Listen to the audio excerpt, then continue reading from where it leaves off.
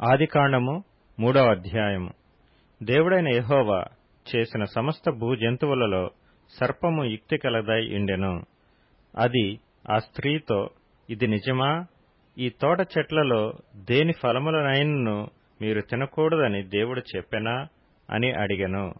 అందుకు స్త్రీ, ఈ తోట చెట్ల ఫలములను మేము తినవచ్చును.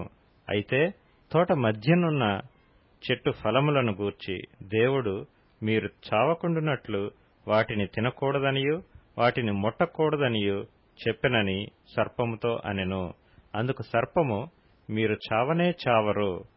ఏలయనగా మీరు వాటిని తిను దినమున మీ కన్నులు తెరవబడుననియు మీరు మంచి చెడ్డలను ఎరిగిన వారై దేవతల వలె ఉందురనియు దేవునికి తెలియునని స్త్రీతో చెప్పగా, స్త్రీ ఆ వృక్షము ఆహారమునకు మంచిదియు కన్నులకు అందమైనదియు వివేకమిచ్చు రమ్యమైనదియునై యుండుట చూచినప్పుడు ఆమె దాని ఫలములలో కొన్ని తీసుకొని తిని తనతో పాటు తన భర్తకును ఇచ్చెను.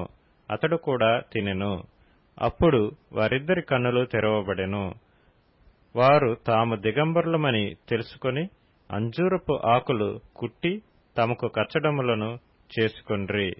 చల్లపూటను ఆదామును అతని భార్యయు తోటలో సంచరించుచున్న దేవుడైన యెహోవా స్వరమును విని దేవుడైన యెహోవా ఎదుటికి రాకుండా తోట చెట్ల మధ్యను దాగుకొనగా, దేవుడైన యెహోవా ఆదామును పిలిచి, నీవు ఎక్కడ ఉన్నావనెను.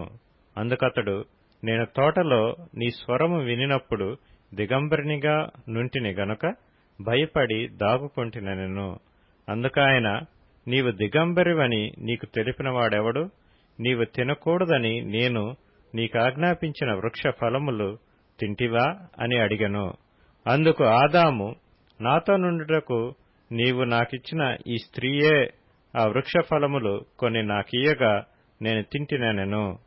అప్పుడు దేవుడైన యెహోవా స్త్రీతో, నీవు చేసినది ఏమిటని అడుగగా, స్త్రీ, సర్పము నన్ను మోసపుచ్చినందున తింటినెను. అందుకు దేవుడైన యెహోవా సర్పముతో, నీవు దీని చేసినందున పశువులన్నిటిలోనూ భూజంతువులన్నిటిలోనూ నీవు శపింపబడిన దానివై నీ కడుపుతో ప్రాకుచు నీవు బ్రతుకు దినములన్నీయు మన్ను తిందువు. మరియు నీకును స్త్రీకిని నీ సంతానమునకును ఆమె సంతానమునకును వైరము కలుగచేసెదను. అది నిన్ను తల మీద కొట్టును, నీవు దానిని మడిమ మీద కొట్టుదువని చెప్పెను. ఆయన స్త్రీతో, నీ ప్రయాసమును నీ గర్భవేదనను నేను మిక్కిలి హెచ్చించెదను. వేదనతో పిల్లలను కందువు. నీ భర్త ఎడల నీకు వాంఛ కలుగును, అతడు నిన్ను ఏలునని చెప్పెను.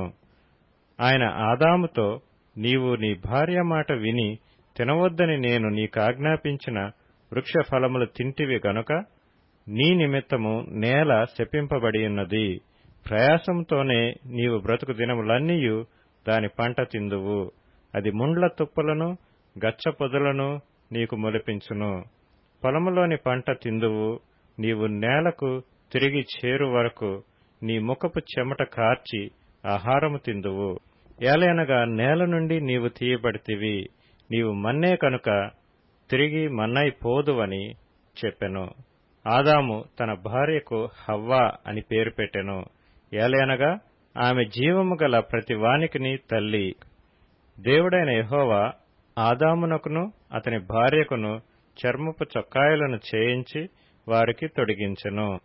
అప్పుడు దేవుడైన యెహోవా, ఇదిగో, మంచి చెడ్డలను ఎరుగునట్లు ఆదాము మనలో ఒకని వంటి వాడాయెను. కాబట్టి అతడు ఒకవేళ తన చెయ్యి చాచి జీవవృక్ష ఫలములను కూడా తీసుకొని తిని నిరంతరము జీవించునేమో అని దేవుడైన యెహోవా అతడు ఏ నేల నుండి తీయబడెనో దాని సేద్యపరచుటకు ఏదెను తోటలో నుండి అతని పంపివేసెను. అప్పుడాయన ఆదామును వెళ్లగొట్టి ఏదెను తోటకు తూర్పు దిక్కున కెరూబులను జీవవృక్షమునకు పోవు మార్గమును కాచుటకు ఇటు అటు తిరుగుచున్న ఖడ్గ జ్వాలను నిలవబెట్టెను.